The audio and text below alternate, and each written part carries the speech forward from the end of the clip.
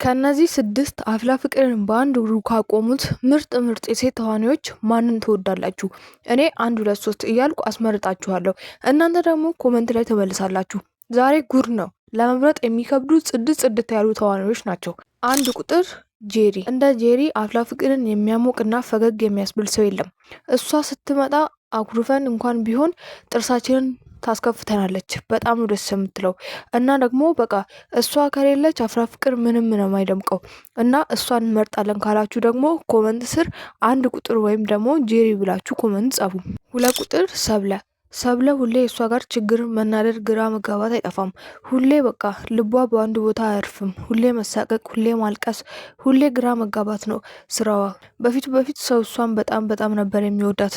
ነገር ግን አንዱ ጋር ናት ወደ ሌላው ጋር እየሆነች ታማኝ ባለመሆኗ በሰው ያለው አመለካከት እየቀነሰ ነው።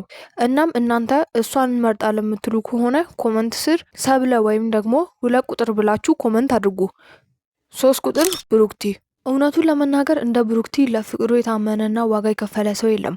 እውነተኛ አፍቃሪ ናት። ሰብለ ግን ከብሩክቲ አንጻር ዘላባጅ ናት። ብሩክቲ ኤላን ለማግኘት እስከ መጨረሻው ጥግ መስዋዕት ትከፍላለች። እኔ ደግሞ በእርግጠኝነት ሆኜ የማምነው ነገር ኤላ የሆነ ችግር ውስጥ ስለገባ ነው እንጂ ብሩክቲን ይወዳታል። መጨረሻም ከእሷ ጋር ነው የሚሆነው። እሷን የምትመርጡ ከሆነ ኮመንት ላይ ብሩክቲ ወይም 3 ቁጥር ብላችሁ ጻፉ። 4 ቁጥር መሲ ደግሞ እሷ በናታን ፍቅር ክንፍ ብላለች። ነገር ግን እኔ የምፈራው ነገር ቢኖር አሁን ናታን ወድሻለሁ ብሎ ለመናገር ይህንን ሁሉ የፈጀበትና ማመን ያልፈለገ ሰው እሺ አሁን አንድ ላይ ራሱ ቢሆኑ ይህ ሪሌሽንሺፕ ቶክሲክ ነው። ለምን መሰላችሁ? አንድ ነገር ቢፈጠር እሱም ይቅርታውን እሷ ደግሞ ከሱ ነው የሚጠባበቁት። እሷን የምትመርጡ ከሆነ ኮመንት ስር 4 ቁጥር ወይም መሲ ብላችሁ ኮመንት አድርጉ። 5 ቁጥር ቤዛ እሷ በያሬድ ምክንያት ከምንም እየሆነች አይደለም። ቆይ እሺ እቺ ልጅ 12ን ብትወድቅ ምን ልታረግ ነው? መቼስ ያሬድ መቶ ስራ አይሰጣትም። እሷ የያሬድን ይህንን ክፍተት ተጠቅማ ሳትጎዳ ወጥራ ትምህርቷን ተምራ አልፋ ዩኒቨርሲቲ ላይ እንደገና ፍቅራቸውን ቢጀምሩ ጥሩ ነው እላለሁ እንጂ አሁን ያለችበት ሁኔታ ያሰጋል።